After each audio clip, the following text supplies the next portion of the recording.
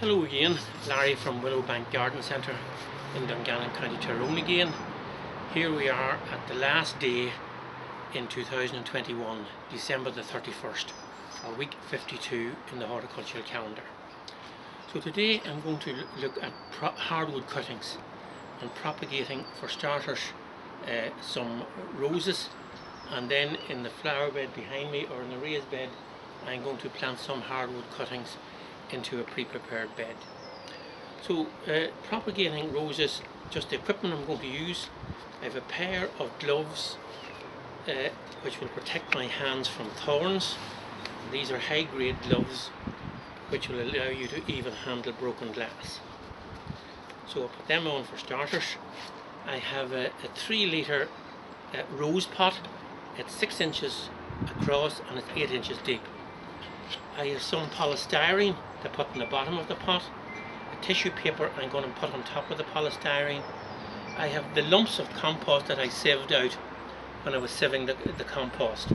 I have some horticultural grit, and I have a pair of clean, sharp secateurs. So to start off with, because the cuttings are going to sit in this pot for at least 9 months, they need good drainage. So I find it helps if there's plenty of air allowed into the bottom of the pot. So with this purpose I put in broken pieces of polystyrene to the bottom of the pot, about 1 inch deep, and these pieces are about the size of a thumbnail. So just put those in.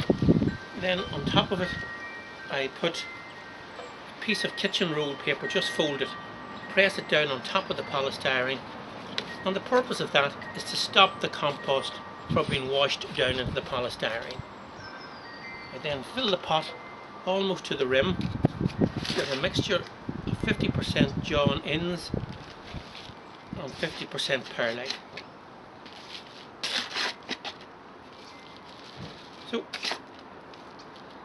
I just leave about 1 centimetre at the top of the pot, just tap it down lightly, and that's the mixture that you're going to put the roses into. Now another reason I left this at the end of December, the temperature today here is 12 degrees centigrade. Very warm for the time of year. We have not had any ground frost, and the roses are still in bloom and they're still quite soft at the top. So I had to wait until now, and even now they're quite soft. So I'll just throw that aside, and I've taken some cuttings of the roses this morning. These are cuttings about 9 inches long. These particular roses are quite thorny. I've cut them below a node, straight across, and above a node at a 45-degree angle. Now, it is reported that it helps if you break off the thorns off the bottom of the rose, creating little wounds around the stem. And you can see that the bare portion of the rose cutting has the thorns broken off. So I'm just going to place those into the pot around the edge, about 1 centimetre from the edge, and to bury at least 2 nodes. So I will bury it to about that depth, and I don't want to touch the tissue paper at the bottom. There's one. Here's a few more I have prepared. I've broken off the thorns to show you the wounds. Put them about 2 centimetres apart and bury at least 2 nodes. And you certainly won't be able to do this without quality gloves. 3, 4, just see the way they're separated within the pot. 5, 6, and I'm going to put 2 more in the centre. There's no point in wasting the space. 7, 8, and I wouldn't chance any more than that. So there's 8. These are there's a cross between a hybrid tea and a floribunda rose. Each rose stem has about 4 or 5 beautifully scented red roses on top of it. Now on top of that I am going to put in some horticultural grit on top, because these are going to be watered for quite a while, and in doing so the perlite would float to the top and would turn green in colour. So we'll just put a handful of the horticultural grit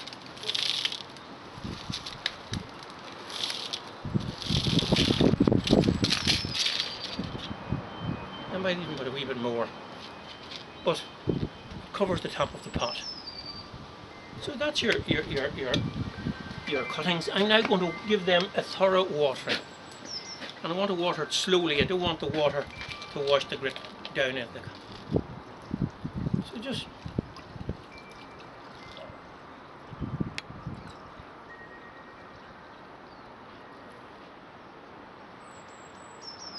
now it's nearly absorbed a pint of water.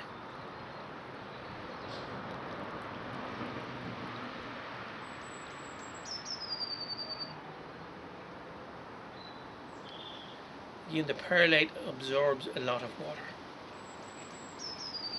Again, you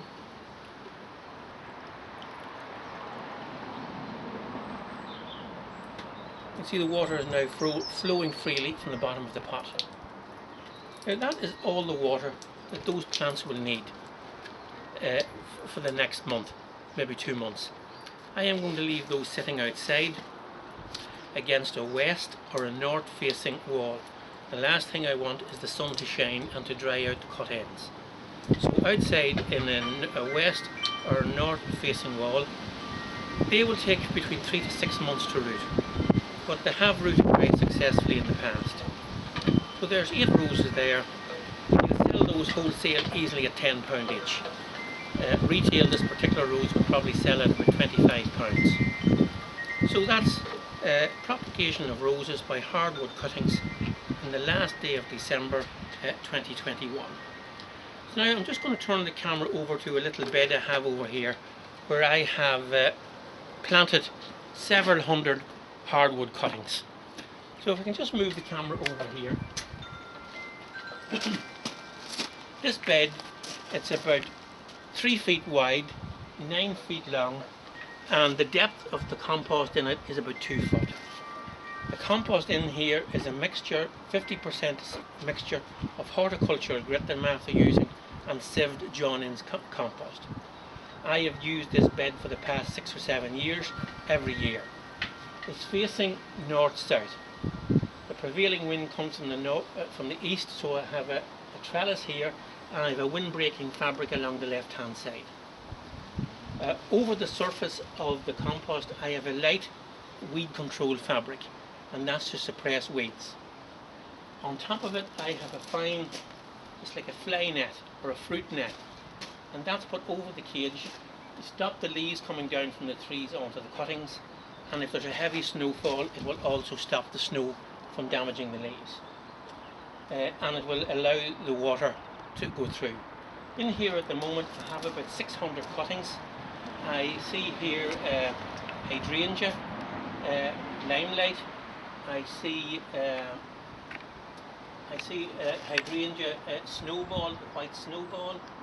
I have some rotten broom in here, and I don't have the names of all the others. I see I have some cuttings here, Japanese maple.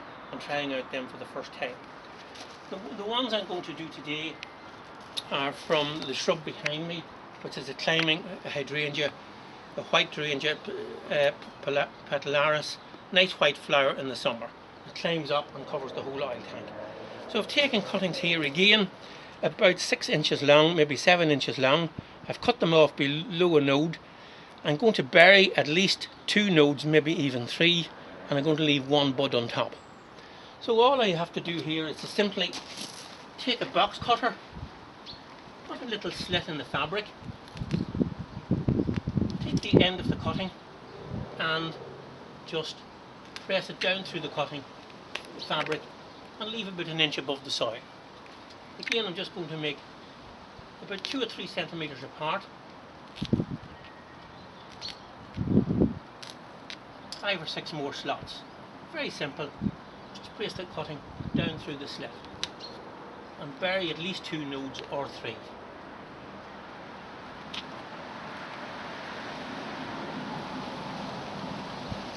I remove the bottom buds. It helps them root, but it also helps them go down through the fabric.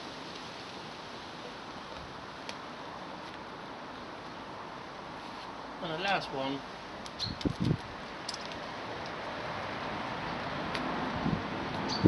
climbing hydrangea.